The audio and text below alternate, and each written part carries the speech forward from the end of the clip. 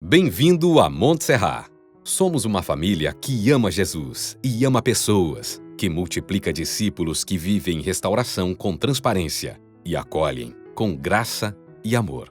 Somos uma família onde é proibida a entrada de pessoas perfeitas e que sempre tem espaço para quem deseja conhecer a Deus e fazer a sua vontade, vivendo um amor que não para, mas multiplica. Aqui o amor não para.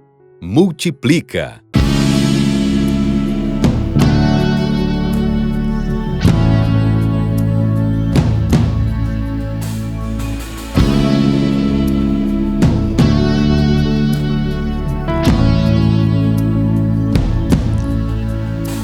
Deixou sua glória por mim, se fez desprezível por mim, levou todo o fardo que era meu, levou o pecado que era meu, me deu sua paz pra sempre, me deu alegria pra sempre, me deu sua vida pra viver, me deu sua graça pra vencer. Jesus, toda glória somente a ti. Jesus, toda glória somente a ti.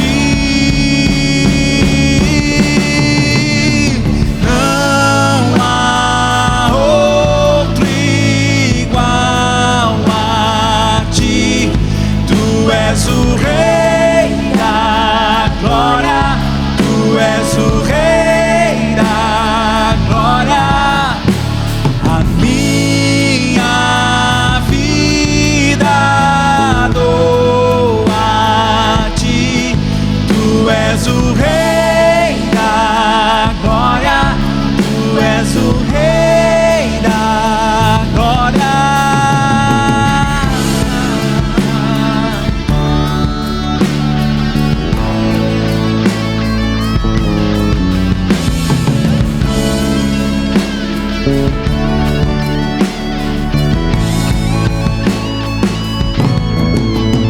Jesus, toda glória somente a ti. Jesus, toda glória somente a ti. Jesus, toda glória somente a ti. Jesus, toda glória somente a ti. Não há outro igual a ti. Tu és o Rei da glória, tu és o Rei da glória, a minha vida dou a ti, tu és o Rei da glória, tu és o Rei da glória, tu és o Rei da glória, tu és o Rei da glória, tu és o Rei da glória, tu és o Rei da glória.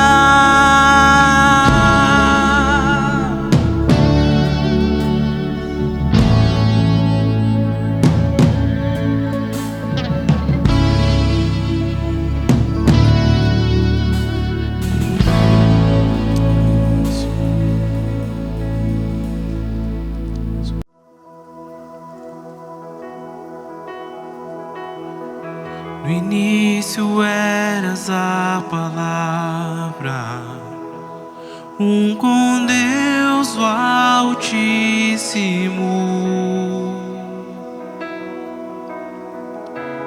O mistério de tua glória, Cristo em ti se revelou. Ó, quão lindo esse nome é, ó, quão lindo esse nome é, o nome de Jesus, meu Rei. Ó, quão lindo esse nome é, maior que tudo Ele é. Ó, quão lindo esse nome é, nome de Jesus.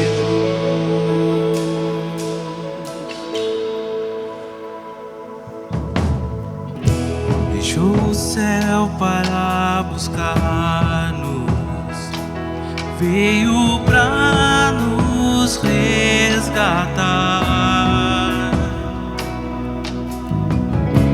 Amor maior que meu pecado,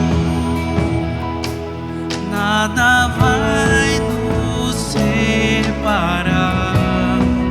Ó, quão maravilhoso é, ó, quão maravilhoso é o nome de Jesus, meu Rei.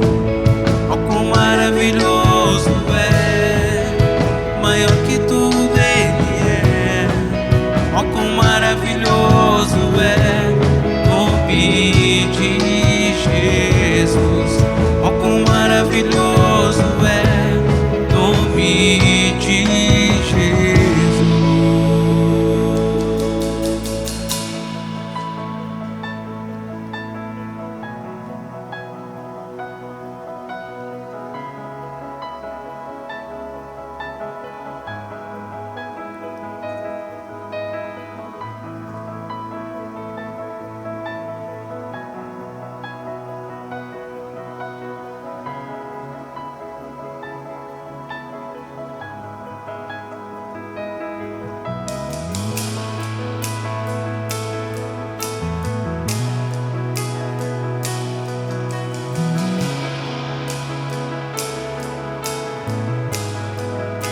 A morte venceste, o véu tu rompeste, a tumba vazia agora está.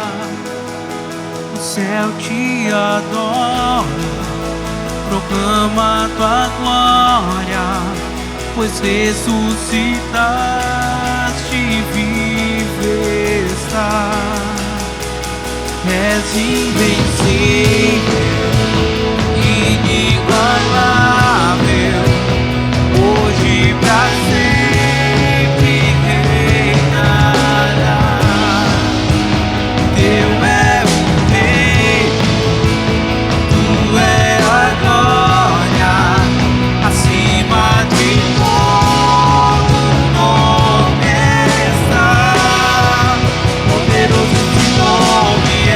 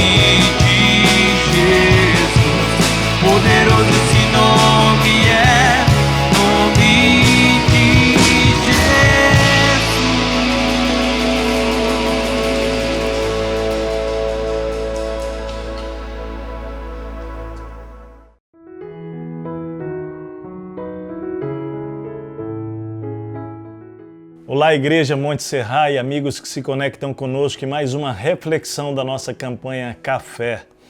Hoje nós vamos seguir estudando a Epístola de Tiago, focando num tema muito especial hoje, o poder das palavras, né? E falar sobre a palavra, nós temos que começar por Gênesis, né? Porque todas as coisas foram criadas pela palavra. Deus criou o mundo pela palavra.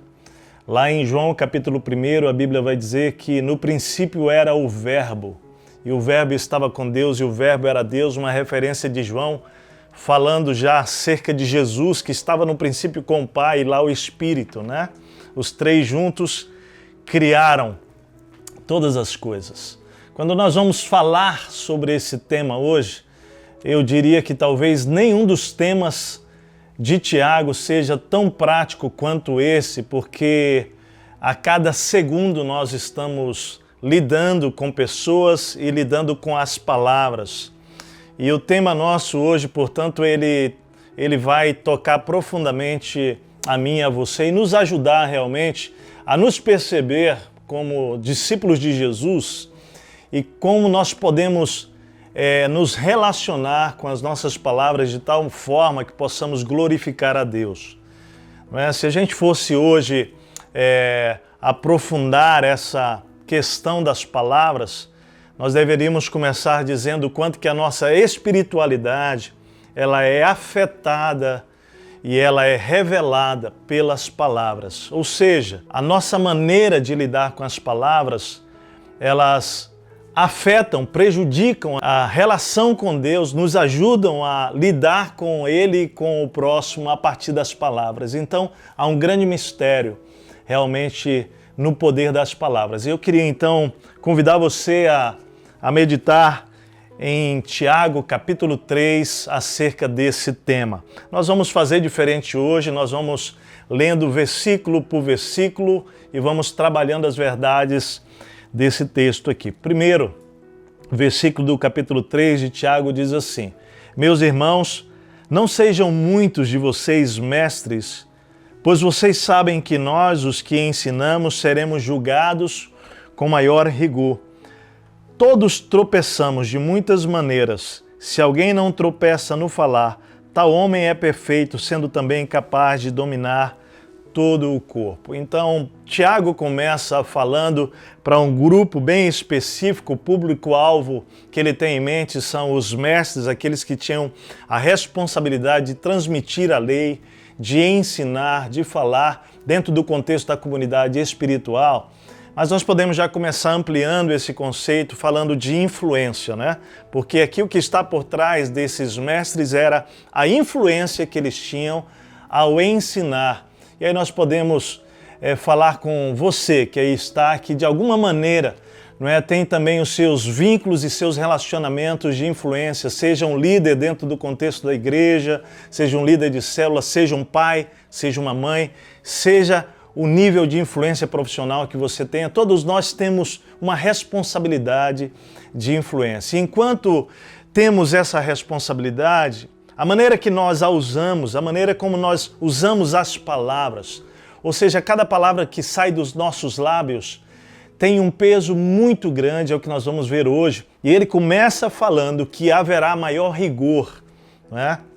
Maior cobrança para aqueles que, com a influência nas mãos e na sua língua, vão realmente construir a vida das pessoas. Então, nós pegamos esse início aqui de bastante importância, falando sobre a influência que está sobre nós em relação às palavras, e começamos a perceber que logo no versículo 2 que nós lemos aqui, ele já vai falar acerca do poder das palavras. E é interessante porque ele fala que todos tropeçamos de muitas maneiras. E aqui nós podemos começar a entender que lidar com as palavras é um exercício de levanta e cai, não é? Às vezes nós acertamos, às vezes nós erramos, mas o profundo aqui é ele falar que se você não tropeça no falar, tal homem é perfeito. Ou seja, o resultado quando nós tropeçamos com a nossa língua, com o nosso falar,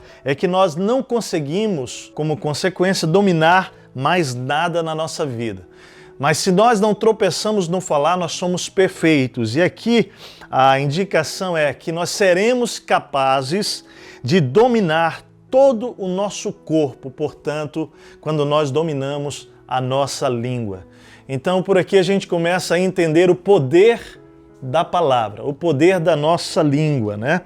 O versículo que nós lemos aqui, ele já vai começar a apontar para duas referências, duas analogias que são feitas por Tiago, muito interessante. Muito interessante. Eu não sei você, mas eu posso olhar para a minha vida e denunciar aqui quantas vezes eu falhei no uso das minhas palavras, né? Falei coisas que não devia ter falado, como não devia ter falado, na hora que não devia ter falado, sem refletir o suficiente do impacto daquelas palavras. Mas se você é ser humano como eu, é muito provável que você também se identifique com esse tropeço que Tiago está falando aqui, altos e baixos, acertos e erros. E as palavras, elas são como flechas. Quando nós, lançamos uma flecha, depois não há mais como recuperar, não há mais como trazer de volta. E Tiago, ele está muito preocupado em ensinar a igreja cristã realmente a entender a importância que existe em nós ponderarmos cada palavra, em nós compreendermos a força que há nas palavras. Então, queridos, eu quero lembrar você, talvez para alguns aqui seja uma frase conhecida, mas essa frase ela fala muito. Ela diz assim: a degeneração de um povo, de uma nação ou de uma família começa pelo mau uso das palavras. De fato, todos tropeçamos nas palavras, há poder na nossa língua. Então, eu queria olhar para os versículos seguintes agora com você e mostrar realmente que essa palavra, ou que a nossa língua tem poder para dirigir, tem poder para destruir e tem poder para trazer alívio. Vamos começar aqui pelo dirigir. Versículo 3 e 4 diz assim: quando colocamos freios na boca dos cavalos para que eles nos obedeçam, podemos controlar o animal todo. Tomem também como exemplo os navios. Embora sejam tão grandes e impelidos por fortes ventos, são dirigidos por um leme muito pequeno, conforme a vontade do piloto. Esses dois versículos aqui, eles já vão nos trazer duas imagens importantes. Ele faz aqui uma comparação, uma analogia entre a língua e o freio dos cavalos e o leme de um grande navio. Interessante essas duas figuras, o animal, o cavalo. Eu sou apaixonado por cavalo, na verdade todo mundo aqui em casa, desde menino, muito moleque ainda, eu tive um cavalo, guri na adolescência também, então fui criado em cavalo, gosto demais. Me lembro das várias vezes que, por eu subestimar a força do cavalo, eu não coloquei os freios no cavalo e passei por grandes sustos. Na verdade, já caí, já levei tombo, já passei por situações bem difíceis porque subestimei realmente que aquele cavalo, o X ou Y, não precisava do freio, eu podia passar só um cabresto simples e montar aí. Mas é interessante porque ele está falando aqui sobre a força do cavalo, de um animal. E o navio, ele está falando da grandeza de um navio e de como ele, sendo grande, ele é realmente dirigido por um pequeno leme. E a força do cavalo é dirigido pelos freios que são colocados em sua boca. E parece que dá para a gente fazer uma referência muito importante aqui a nós, de que nós somos pessoas cuja vontade é muito forte e que por vezes nossas paixões são grandes demais e distantes daquilo que Deus tem. E isso sempre vai passar nas nossas relações, pelas nossas relações interpessoais, como destruidor se nós não tivermos realmente freios e nós não tivermos um leme para dirigir. E aqui é muito poderoso quando ele faz essa comparação, né? Porque ele usa duas coisas que são pequenas para que possa dirigir algo que é forte e algo que é grande. E ele vai dizer assim: semelhantemente, a língua é um pequeno órgão do corpo. Então aqui ele está fazendo a referência de que a língua, sendo pequena também, ela tem força para nos frear, não é? E nos dirigir, assim como o leme tem força para dirigir um grande navio. A gente observa isso, que o cavalo, então, através do freio, toda a inclinação natural daquele animal é subjugada. Então, se nós controlarmos a nossa língua, nós vamos poder realmente dirigir as nossas inclinações naturais para o mal na direção realmente que Deus tem. E isso é muito importante a gente considerar assim. Da mesma maneira, o leme, né, garante que essa grande embarcação ela seja guiada com segurança e evite realmente acidentes e tragédias, o que significa que se nós usarmos a nossa língua, né, como um leme na nossa vida, nós seremos então guiados com segurança e evitaremos colisões relacionais e tragédias emocionais. Agora, tanto por trás do freio quanto por trás do leme, existe alguém dirigindo, existe alguém conduzindo, né? No caso do freio de um cavalo, o cavaleiro, e no caso do leme, um timoneiro, né? E aqui é muito importante a gente entender, quando o texto segue, versículos 13 em diante, nós vamos falar sobre isso próxima semana, que é a sabedoria. E eu queria dizer que o timoneiro e o cavaleiro da nossa vida, da nossa língua, né, para que possa dominar, é a sabedoria. É com a sabedoria que vem de Deus que nós vamos conseguir controlar a nossa língua diante realmente dos grandes desafios da vida. O texto segue e olha só o que vai dizer os versículos 5, né? Um versículo de transição. Versículo 5 diz assim: semelhantemente, a língua é um pequeno órgão do corpo, ou seja, semelhantemente ao quê? Ao leme, semelhantemente ao freio de um cavalo, que é pequeno para o tamanho do desafio. Ele diz assim: é um pequeno órgão do corpo, mas se vangloria de grandes coisas. E quando ele fala essa segunda parte sobre as grandes coisas se vangloria, ele traz aqui duas referências importantes. Ele vai trazer aqui, logo no versículo 6, a comparação. Ele diz assim: vejam como um grande bosque é incendiado por uma simples fagulha. Então agora ele compara realmente aqui a língua como o fogo, como uma fagulha, uma pequena fagulha que, colocada, não é, no meio de uma floresta, pode incendiar e acabar com o bosque inteiro. E ele faz essa menção aqui dizendo que a língua, no versículo 6, é um fogo. Observe bem que ele diz assim: assim também a língua é um fogo, né? Então você não está ouvindo nem lendo que é como um fogo. Ele é um fogo, é um mundo de iniquidade colocado entre os membros do nosso corpo que contamina a pessoa por inteiro, incendeia todo o curso da vida. Então, aqui vale a gente dar uma parada aqui também para esta referência. Assim também, falando da língua, ele vai dizer que a língua é um fogo, é como um mundo de iniquidade, que contamina a pessoa por inteiro, incendeia todo o curso da sua vida e ela mesma, a própria língua, é incendiada pelo inferno. No versículo 8, se você continua vendo aqui no 7, ele fala assim: toda espécie de animais, aves, répteis e criaturas do mar doma-se, tem sido domável pela espécie humana. Ou seja, a língua ninguém consegue domar.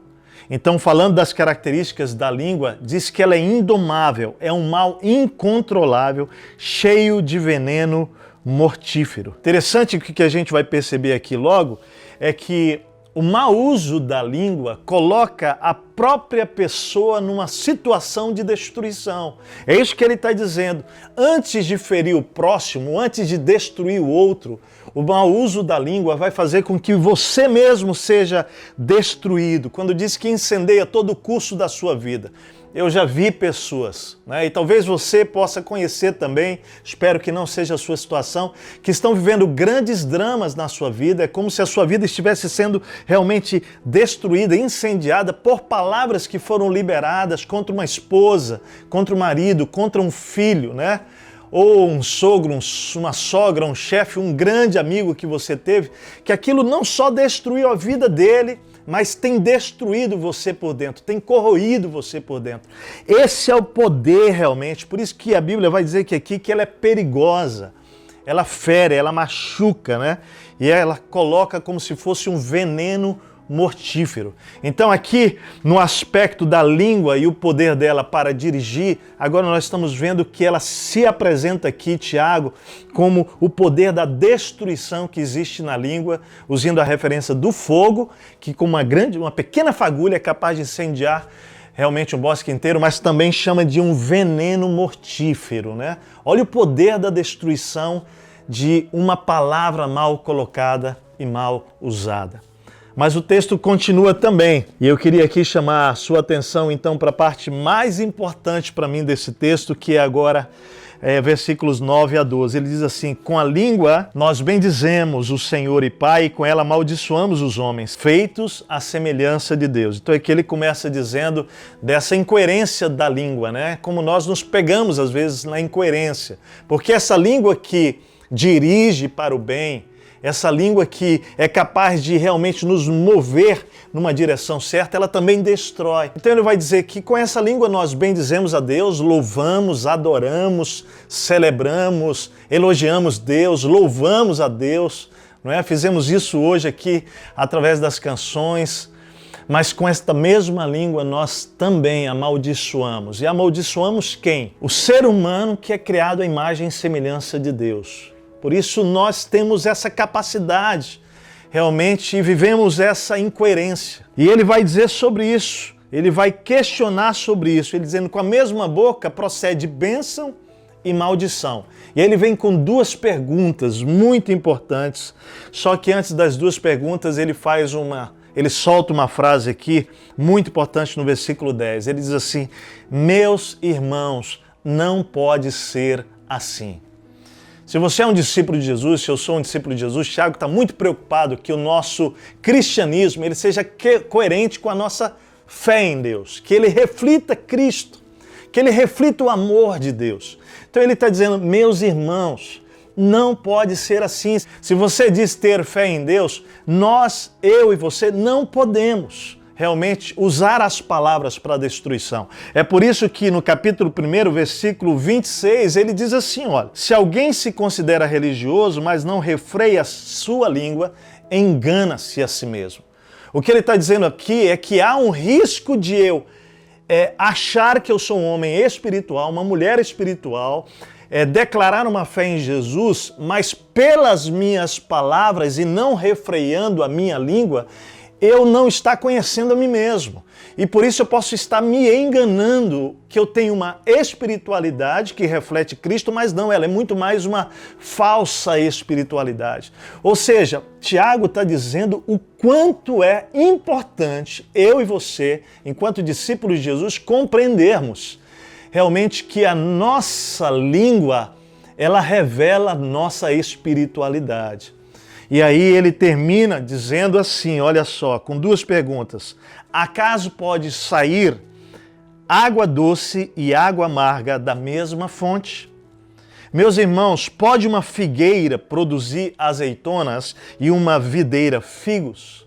Aí ele diz: da mesma forma, uma fonte de água salgada não pode produzir água doce. Então eu quero fechar esta palavra dizendo o seguinte, que há poder nas palavras para dirigir, há poder nas palavras para destruir, mas observe, há poder nas palavras para aliviar, trazer alívio.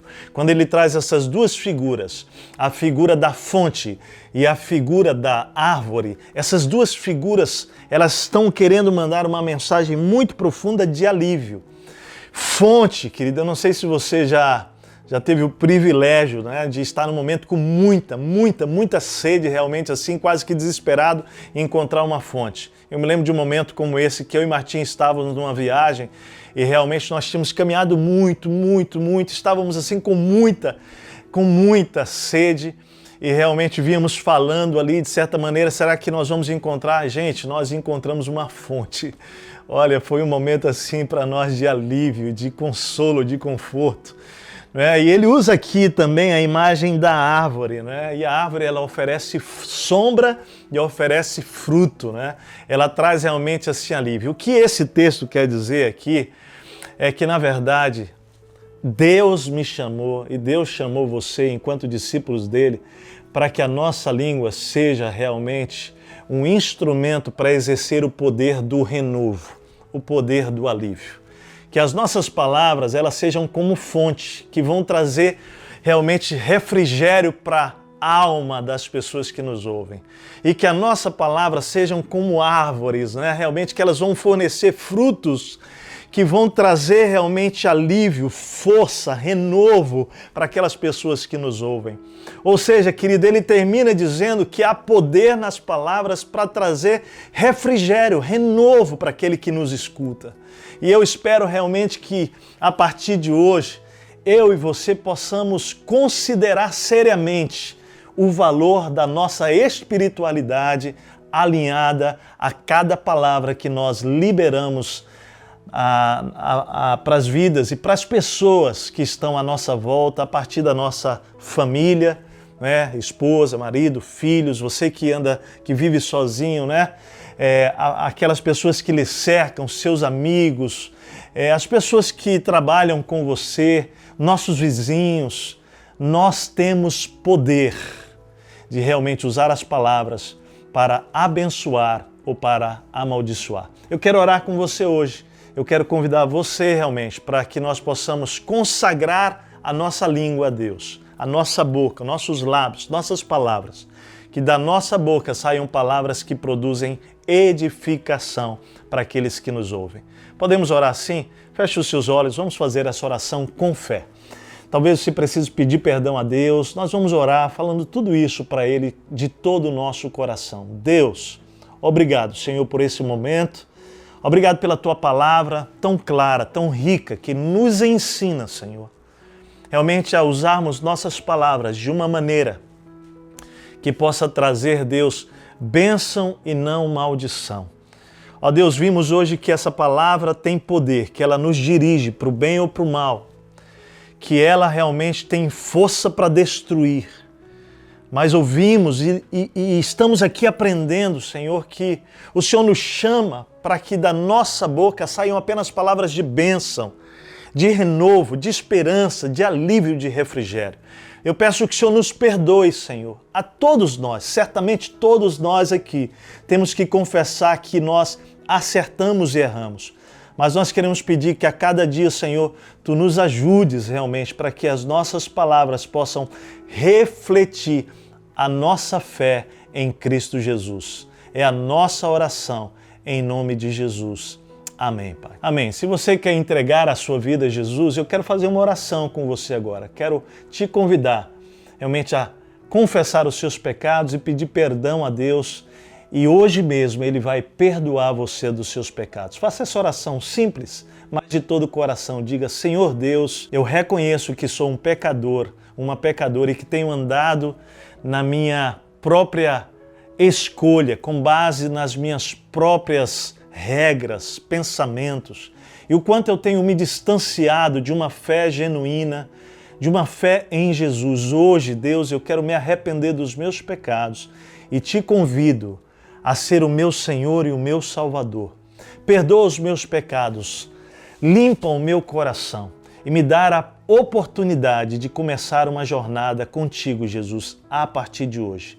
Esta é a minha oração, faço com fé no sacrifício de Jesus. Eu oro em nome dele neste momento. Amém, Senhor. Amém. Amém. Se você quer saber mais, sobre esta campanha, nós temos uma série de devocionais diariamente. Acesse o nosso site www.igrejabatista.org.br, navegue lá, conheça todo o material que se pode usar.